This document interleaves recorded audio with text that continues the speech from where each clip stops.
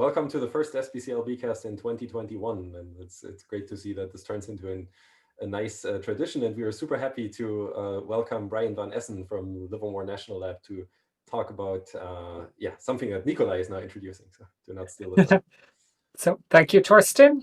And so Brian van Essen is the informatics group leader in the Center for Applied Scientific Computing at Lawrence Livermore National Laboratory in the United States. There he has done work on all sorts of informatics and big data things, including quite a long history going back into the ancient years of 2015 of large-scale training for deep neural networks.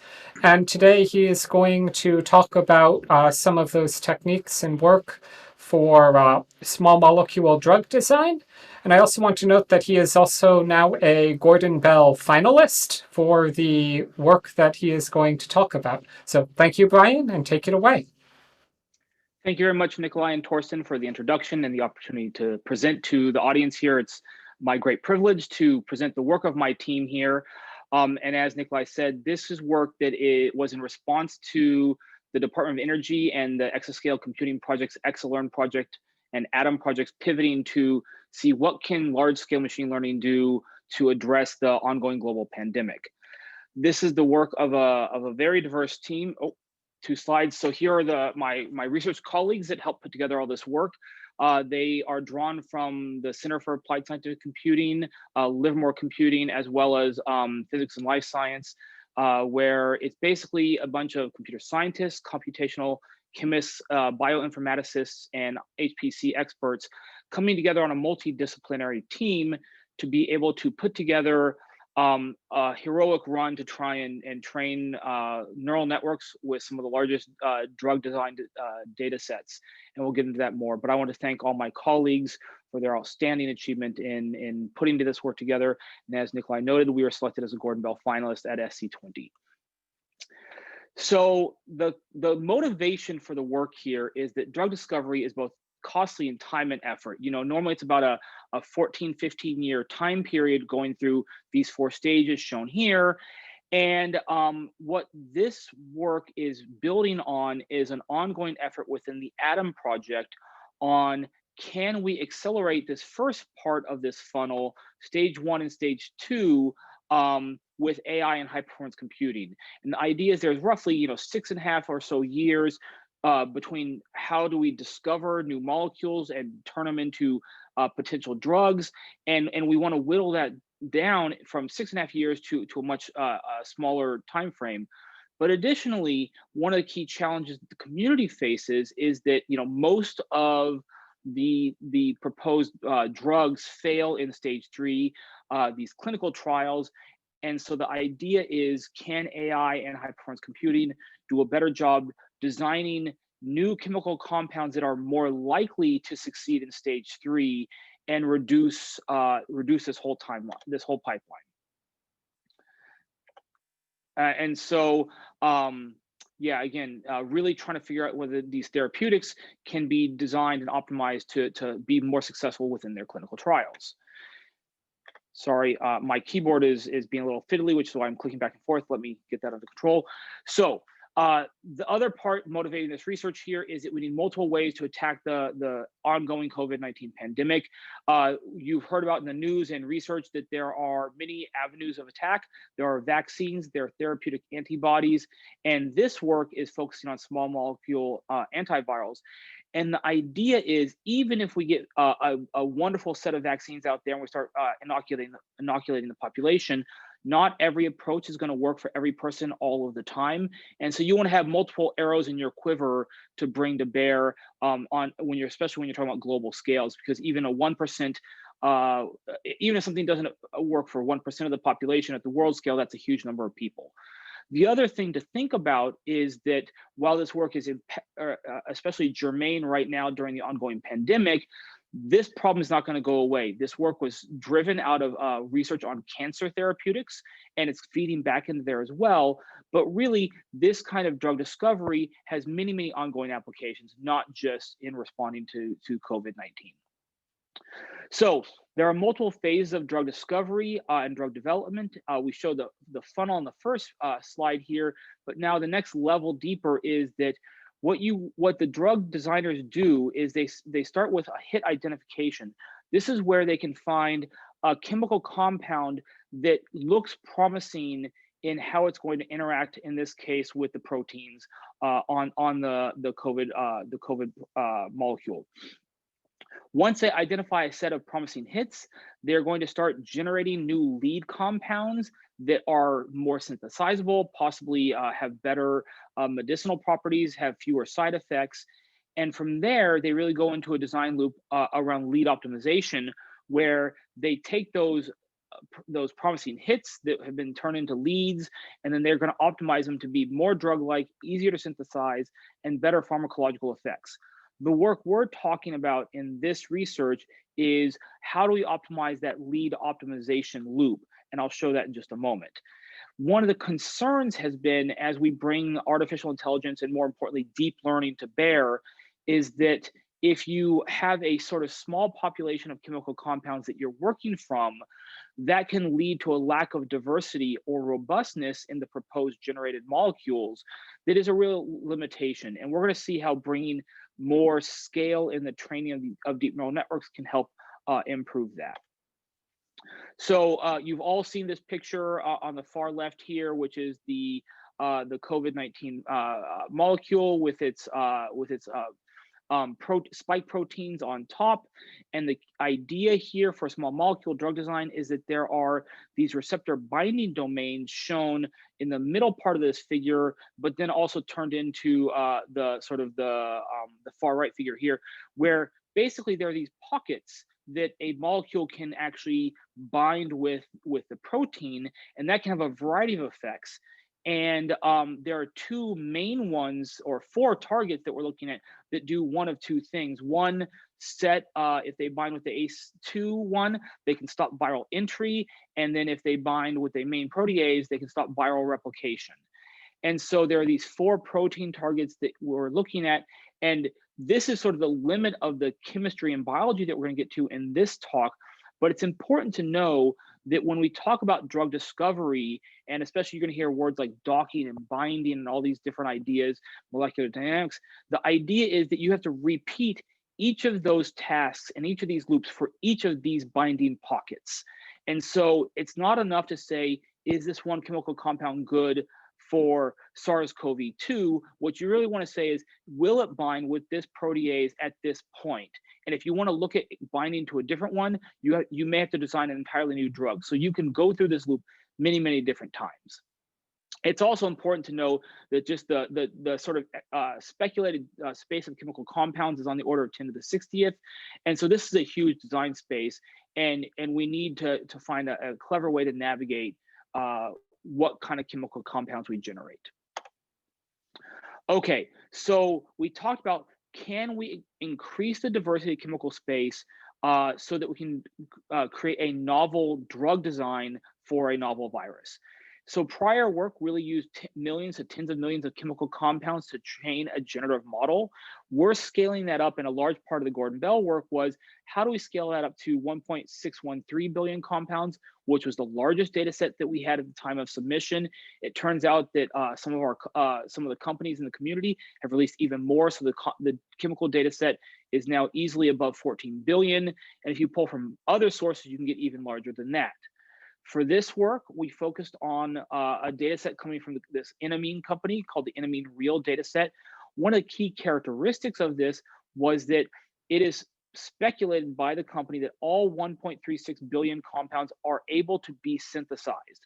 Not all of them have been, but the idea in training the generative model you're going to see in subsequent slides was, if we train it on synthesizable molecules, when we propose new ones, they should also be synthesizable.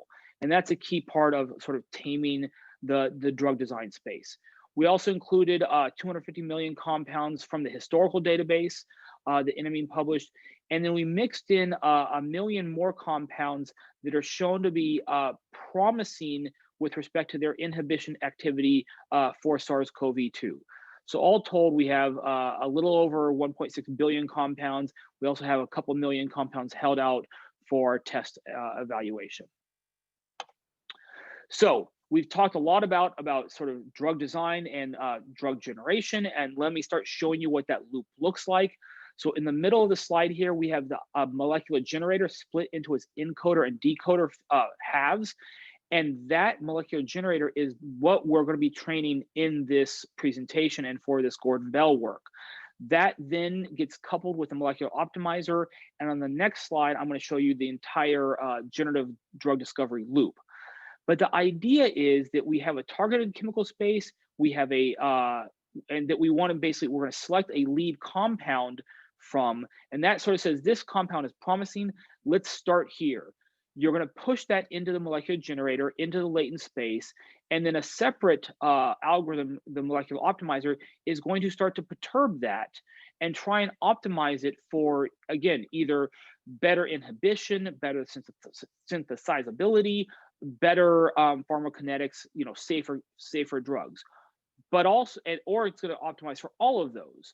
And the training of that is actually beyond the scope of this current talk.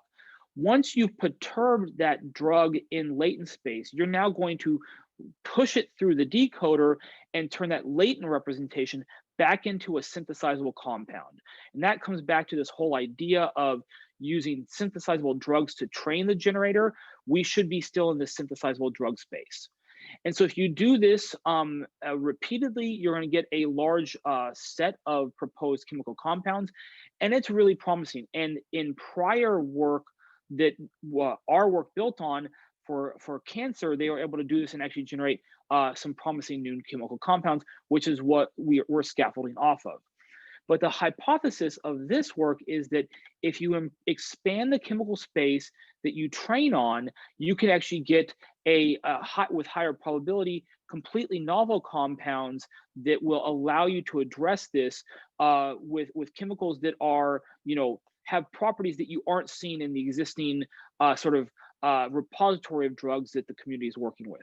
So now, if we just take another lead compound that may be on the edge of our original chemical space, and we push that through the generator, we optimize it in latent space, and we project it, the idea and the hope is that we're going to find chemicals that are truly novel to the community. So now, how does this molecular generator work here? Well, this ties into a larger generative molecular design loop, the GMD loop from the ATOM project.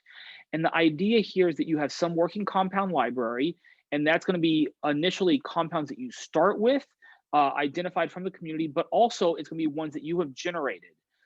For all of those compounds, you're going to run them through some compound evaluation criteria, and that's going to be other learned models or data-driven models to see, again, how they behave in terms of synthesizability, pharmacokinetics. You're then going to select some based on some design criteria. That's your new set of lead compounds. And you're going to push those back into the molecular generator. And you're going to go around this loop multiple times, each time allowing the molecular optimizer to be able to identify newer and newer compounds. And as I said, the molecular generator here, that sort of middle box is what we're talking about training at scale. Just to know how do we get to a working compound library, there is a initial funnel that we use. It says takes, on this example, roughly 700 million compounds. It does a bunch of molecular docking in parallel, and that's a rough, very coarse calculation that says, might the compound fit in the binding pocket? But that's not really good enough. So you can do some rescoring to down select it, because eventually you're going to do molecular dynamic simulations. Again, this is part of the background work here, but this is what allows you to actually figure out whether that chemical compound can wiggle into that binding pocket. And this is the kind of thing that you need to do repeatedly for every binding target. Okay. So now that we've talked about the design flow and the background of how we develop new molecules, the question is, how do we do this at scale, and how do we train that generative model? So to be able to work with 1.613 billion compounds, we needed to accelerate the state-of-the-art training algorithms and model. And what the community had been working, including our ATOM team, was a particular model called a Junction-Tree-Variational autoencoder. And this is a very popular model. It has a lot of great characteristics, But what's not great about it is it's very slow to train, where even just using 1 million compounds, training it in PyTorch took 24 hours to get through 1 or 2 epochs, and was not really a scalable, not really a great target for scaling up the training of that. So what we did was we went back to some of the earlier literature and we said we really want to do a scalable neural network architecture, and we started looking on these character-based sequence models. The idea is, rather than a graph-based representation, we're going to take each compound and it's going to be represented as a smile string. This is a common representation in the community, and you can see you can have this sort of traditional chemical 2D graph representation that you've seen in all your chemistry textbooks, if you remember your chemistry from your undergrad days, and you can turn it into this this nice sequence of letters that allow you to reconstruct that same compound. Again, we're going to perturb that once we get it into the latent representation, and when we decode that, we're going to have a new chemical, and we're going to use a metric called the tandem-modal similarity or distance. We use both, but they're the inverse of each other. And the idea is that tandem-modal similarity measures how close two compounds are with respect to their chemical nature. So down here in the bottom right, you can see these two where there's a blue common substructure, and then there's a difference in this carbon ring on the far right. And that's going to tell us whether the generated compound we get is close to the one we started with. So when working with generative models, a natural place to start is a character-based autoencoder. I'm going to guess many of the people in the community are familiar with what an autoencoder is, so I'm not going to go into gory detail. But the idea is you have some input, you're going to want to encode it into that latent space and then decode it. Because we're working with a sequence model, the guts of this autoencoder are a gated recurrent unit or a series of gated recurrent units strung together. And while this has promise for the original task of doing reconstruction, it has a lot of challenges if you can easily overfit. But more importantly, if you wanted to generate new compounds, it doesn't do well at all. Fortunately, the community has developed variational autoencoders. Oh, sorry, I went too far. Variational autoencoders that are built on that traditional autoencoder, but they add a variational approximation in the latent space. And by incorporating this new loss term in the form of this KL divergence, you're able to create a new model that can actually hallucinate or generate new chemical compounds much easier and more effectively than the traditional character-based autoencoder. But it has its own flaw, and the challenge is that for the task that our research colleagues wanted to do, which was lead optimization, it doesn't necessarily do a great job at taking an initial compound and doing a variation off of that to get something close but new. And so we worked with the variational autoencoder actually for some length of time for the Gordon Bell submission. And once we got it trained all at scale, we realized it was not doing well at this lead optimization task. And we actually had to do a fast pivot very late in the research process and develop a new model itself. So what we did is we took what we've seen with the variational autoencoder and what we knew about Wasserstein autoencoders, and Sam Jacobs had the insight to put them together. And this let us create a novel character-based Wasserstein autoencoder that is able to balance the tasks of direct reconstruction that we need for lead optimization design, but also have that variational term in there that allows us to generate novel compounds. So you can now see how the network architecture has evolved over the far right-hand side, where we now have this new discriminator, and the coupling of these multiple loss terms allows us to balance the training of this neural network and in fact do much better than the previous state of the art in terms of the variational autoencoder. But you said, Brian, you were talking about the Junction-Tree-Variational autoencoder before, not a character-based variational autoencoder. That's right. So it turns out that we actually have some results here on this slide where we can show how the state-of-the-art Junction-Tree-Variational autoencoder, when trained on 1 million chemical compounds, does compared to the character-based Wasserstein autoencoder when trained on 1 billion compounds. And so what you see here is, if you look at the first and the fourth line, the key thing is that when we train these models, and these are on 2 different data sets, one is the Wasserstein is on 3 orders of magnitude more data than the variational autoencoder. When you do the final domain scientist evaluation task, which is take a bunch of new chemicals, propose them and compare them to the originals, it has an average tandem modal distance across the testing data set that is almost an order of magnitude better than what the Junction-Tree-Variational autoencoder does. So what that's really telling us is that our model is able to create more compounds that are close to the ones that we started with. And that's really critical for being able to do the kind of lead design that we want to do. And we are able to do it. We'll show you the whole rest of the slide that talks are how do we train this at scale and do it much faster than 24 hours. So to be able to train this, we wanted to be able to use all of our leadership class system like Sierra, which you can see in my virtual background here. This is, I think we're now number 3 in the world, have been pushed down a slot in the past SC. It was number 2 at the time. But we wanted a distributed training environment that allowed us to bring all of that to bear with multiple levels of parallelism. And so we have had the privilege of working on a scalable deep learning toolkit. We call it the Livermore Big Artificial Neural Network Toolkit, LBANN. And it actually has a fairly rich software stack underneath it that has 2 distributed linear algebra and tensor libraries, as well as the Aluminum high performance GPU aware communication library, which, by the way, is largely the result of Nikolai's graduate work and his ongoing work now. So he continues to contribute to the project. And what this software stack allows us to do is create these distributed memory algorithms for training deep neural networks using a rich set of C++, MPI, OpenMP, CUDA, cuDNN, Nickel. We're now pushing towards AMD software stack as well, and others. And so it allows us to compose these very nicely. It has a PyTorch-like base front end for model description, but it's truly designed for large-scale batch processing on HPC systems. It's also all open source and on GitHub, and so it's able for collaborators to be able to play with.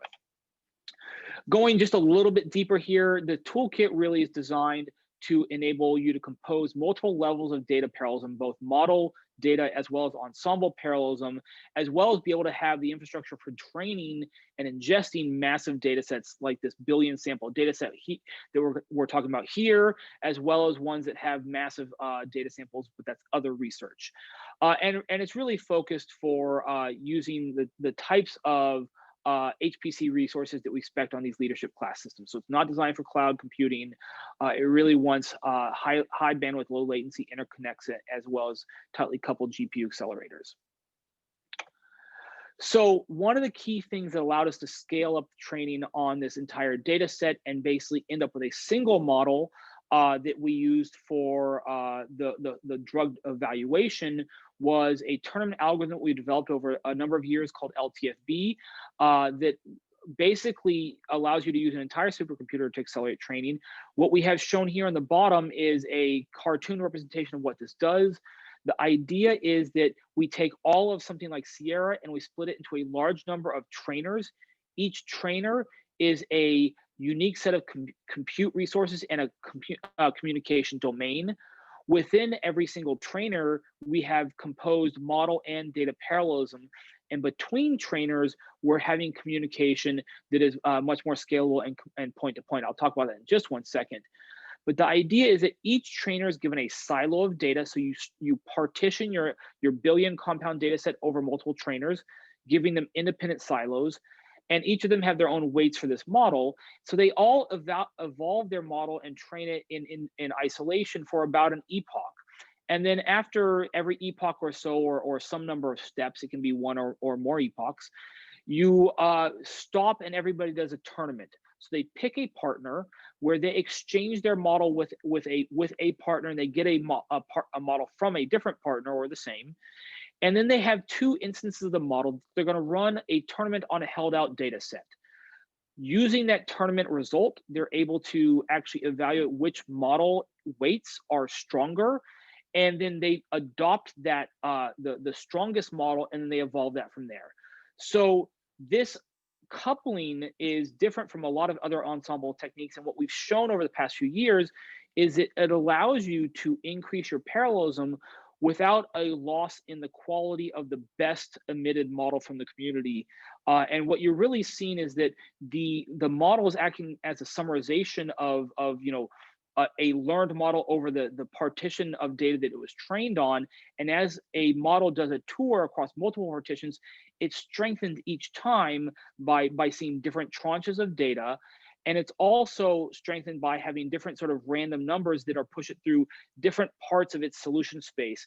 So even if you have models that do similar tours, they see it in different orders, and that added sort of stochasticity allows you to identify better models. The key thing is that this is really scalable, because within each trainer, you have a bunch of collective communication, all reduces and others like that don't want to scale to 16,000 GPUs. But between trainers, we're using point-to-point communication between their peers. And so while the whole system is communicating, you need a high cross-section bandwidth, you don't actually have these all-to-all kind of collectives. And so by balancing the two of these, you can actually get very nice scaling properties. So one of the other things that was really instrumental is when you're working with 1 billion samples, you don't want to ever touch the parallel file system more than you have to. And so we have been working over the years to develop a set of techniques that allow us to efficiently ingest data in parallel, but also created a distributed in-memory data store where every trainer reads in their data once, and then data is shuffled within the trainer, within the ranks of the trainer, from step to step, epoch to epoch, without actually having to ever go back to parallel file system. So that alleviates a huge potential bottleneck. Okay, so to train on all of Sierra, there were really 4 key aspects of parallel training that we were balancing the interplay and trade-offs between learning and speed, and they are in sort of ascending order of complexity, going from the bottom up. Single GPU performance, how do we minimize kernel launch overhead? How do we handle the per trainer data parallelism? How many trainers do you want to use? What are the impacts of more and more trainers? The impacts of the number of GPUs per trainer, and then the impacts of more and more trainers. So we'll go into each of these in just a moment here. So when we talk about the scaling of single node performance for this character-based Wasserstein autoencoder, one of the big challenges is that the model itself is actually fairly small. You can see the entire representation here on the right-hand side of the screen. It's basically 27 million weights, 27 million parameters. So it's not huge, which means it's not really amenable to traditional model parallel scaling techniques. So what we wanted to do is, obviously we wanted to get the best performance we could on every GPU and have some amount of modest data parallelism. So we've been optimizing LBANN in general to be able to do this efficiently. For this work, we really pushed on the mixed precision training. We tried going all the way to pure FP16 training, and it turns out that would actually cause the model's training to diverge, where it worked with smaller data sets, but as we got to the full size data set, the wheels would come off and the model would just go, the training would just diverge. So we ended up doing it in a not even traditional 16-bit with 32-bit accumulation, but we did it in 32-bit representation pushing into the tensor core. So it did a conversion down to 16-bit and back up to 32-bit for the weights and all the other intermediate state. It turns out that backing off of pure 16-bit for this test only lost us 10%. But it is something we want to come back and revisit and see what we can do. But we need to investigate new techniques to make sure that the weights don't diverge. And once we'd done all the sort of normal traditional optimizations, the model was kernel launch limited.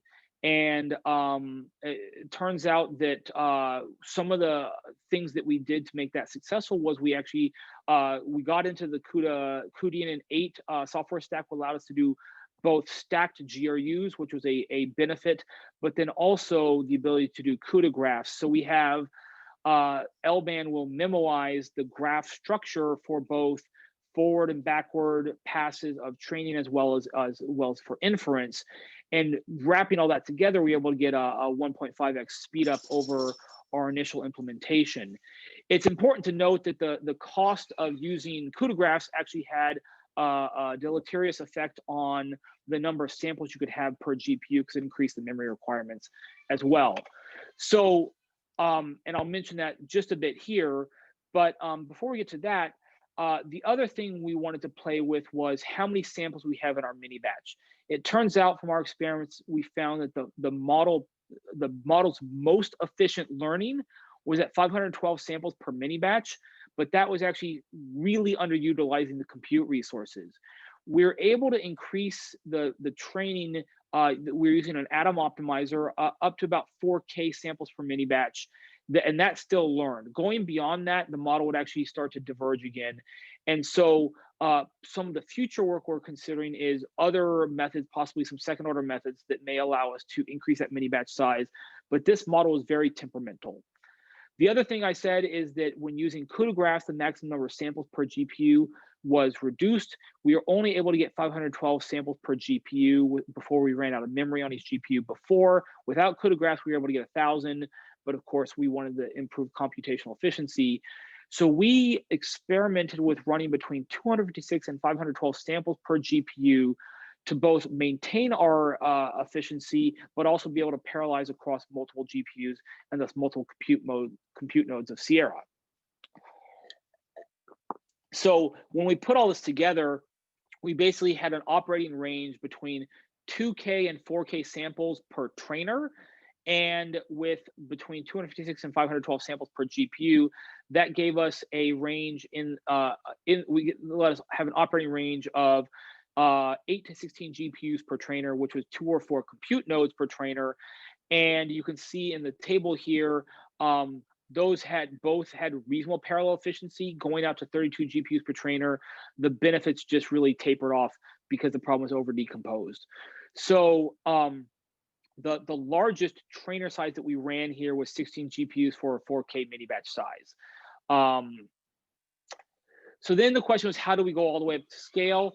Well, so what we wanted to do, again, because it was Gordon Bell work, was we wanted to be able to run on 4,160 nodes, which was not quite all of Sierra, but it's all we could get in our allocation. They held some out because some were bad and all that other stuff. And we wanted to be able to show the plot you see down here on the right-hand side, which is as you increase the number of nodes, what's the epoch time shown on the right? Now, before I talk about that bottom right-hand figure, let's talk about the top right-hand table, which was how long do we have to train this model? When is it trained sufficiently for the domain scientist to be happy? Well, what we're showing here is a plot of test error, a table of test error versus average Tanimoto distance. And what we show is that going to a threshold of about 0.024 in the reconstruction test error got us a Tanimoto distance of 0.24, which was roughly twice as good as a Junction-Tree-Variational autoencoder that they had worked with before. And while we can get better, they said, that's good enough. We'd be really happy with that model. So for the purposes of scaling runs, we said, let's just train to that test error of 0.024 or 0.025. So now we go back to the plot on the bottom right. And what we're showing here is in blue, the training curve or training line. If we have 8 GPUs per trainer, so that's 2 nodes, and for every point we've labeled how many epochs it took us to get to that 0.24, below that 0.025 test error threshold. And what you can see is that as we go from 64 nodes up to 4,160, we need more and more epochs, and part of that is because each one has less data in its silo, so it actually does more passes over that data to get to that minimum training required error. The orange line shows you the performance of if we have 16 GPUs per trainer rather than 8. And what we see is that it takes us roughly half the number of iterations, half the number of epochs to get to that level of convergence. And what that, I mean, that's fairly intuitive, which is when we have twice as many GPUs per trainer, we have half the number of trainers. Each trainer has twice as much data. And so what this is really showing us is that, you know, there's a certain amount of data that you want to have per trainer to be able to get the tournament algorithm to actually scale and train efficiently. But because you see the epoch time going down, again, because we're just training with less data per trainer, the average epoch time goes down linearly as you would expect. So that's really exciting. We also had to actually develop an asynchronous version of the LTFB algorithm to be able to improve the time to solution as well as deal with some actual other gotchas that we're going to show in 2 slides here. So that's all really good. That shows the scalability of the infrastructure. But what we really wanted to talk about was the quality of the model that we trained and how fast it took us to get there. So here we're going to talk about time to solution. This is the total runtime on the x-axis versus the time to get to a particular test error. And actually, you guys can probably see my cursor here. So if we look at the far most right line, this is with 64 GPUs for the entire run. So this is a fraction of the system. So 256 GPUs, 64 compute nodes. And what this shows is that it takes 22 to 3,400 seconds to train to a fixed level of accuracy. If we push that to this black line here with 256 compute nodes and 1,000 GPUs, what you can see is you get a roughly 1.8x speed up over 64 nodes, which is a pretty good improvement. It's a parallel efficiency of 44%. And one of the key things it does is it brings the runtime to get to a converged model down into the tens of minutes versus about 45 minutes or so. So this is a nice improvement. You can see here at our 256 compute nodes, it took us 32 minutes to train on a 1.613 billion sample to get to that 0.025 reconstruction error. So that's really exciting. And if you compare that to the baseline, which is the Junction-Tree-Variational autoencoder, we're going from 24 hours down to 32 minutes. We wanted to push this all the way up and see what would happen. And when we ran at 4,160 nodes, we achieved a 17% peak efficiency. That's this red line here. So we did get faster. We were able to train it more quickly, but the improvement in efficiency was not commensurate with the number of compute nodes. So this is really interesting from a computer science point of view, but from a data science point of view, you probably don't need to scale with this many nodes for this particular problem because the model's not learning fast enough. But we were able to demonstrate a peak petaflop of 318 petaflops in mixed precision using all of Sierra while trained in a single model. So that was a really cool result.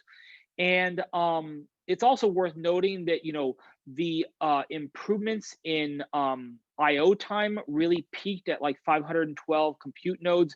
After that, it was sort of a flat curve or flat behavior as we got to more and more compute nodes.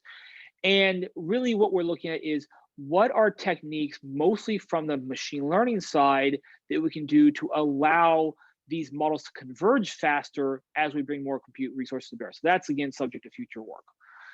But it's important to know that when you're operating with neural networks at this scale, it really unlocks a new frontier of network design. You're now training a reasonable size model, or a fairly small model, but on a massive data set in 23 minutes. Now, it did take the world's second fastest supercomputer at the time to do this, but it really allows you to actually start, there's a scale, the whole range of scales here that you can do this, but being able to operate in minutes allows you to change how you think about designing your neural networks.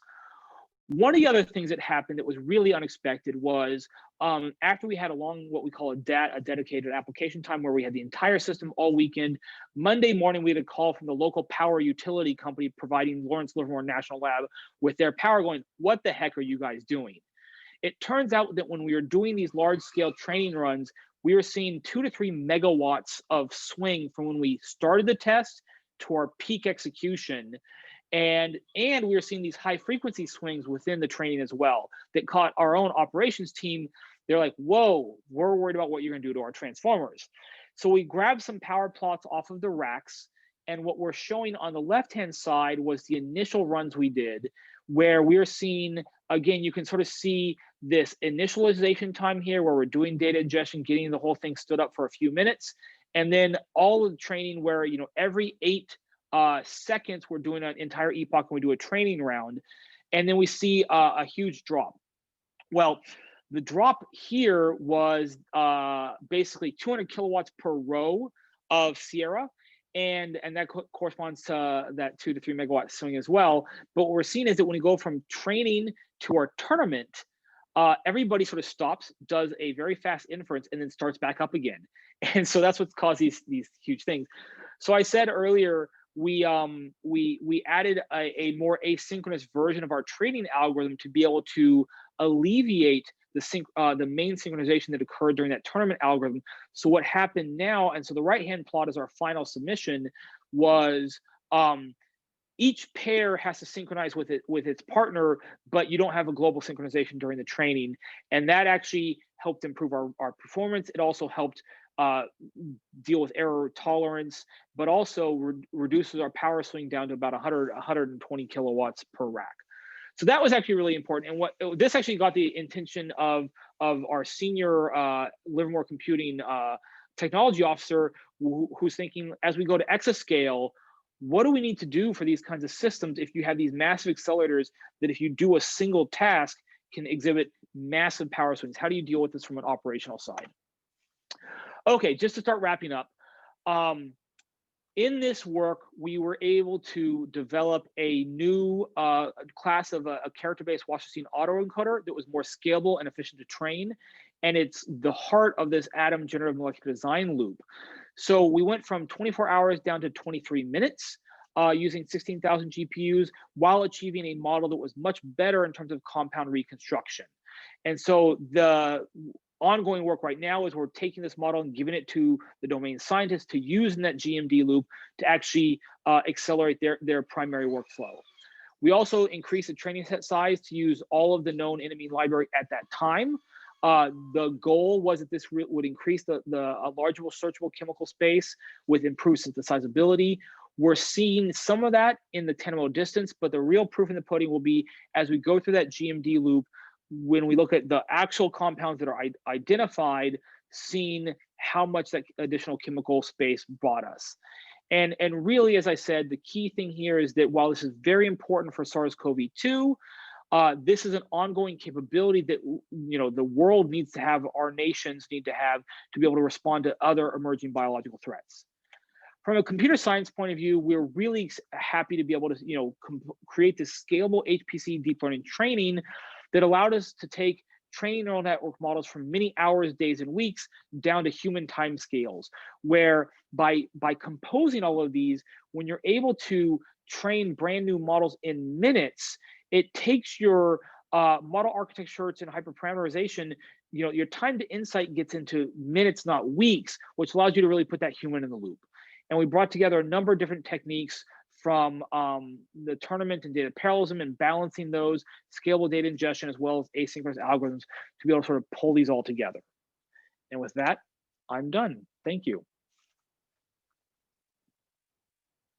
Thank you, Brian, for the excellent talk.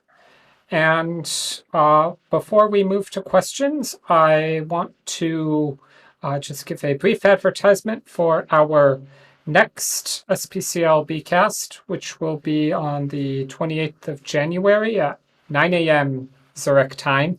Brian, if you'd like to join, this is 1 a.m. your time, where Haoan Fu will be talking about scaling the community Earth science model, the high-resolution version, on the Sunway Taihu Light supercomputer.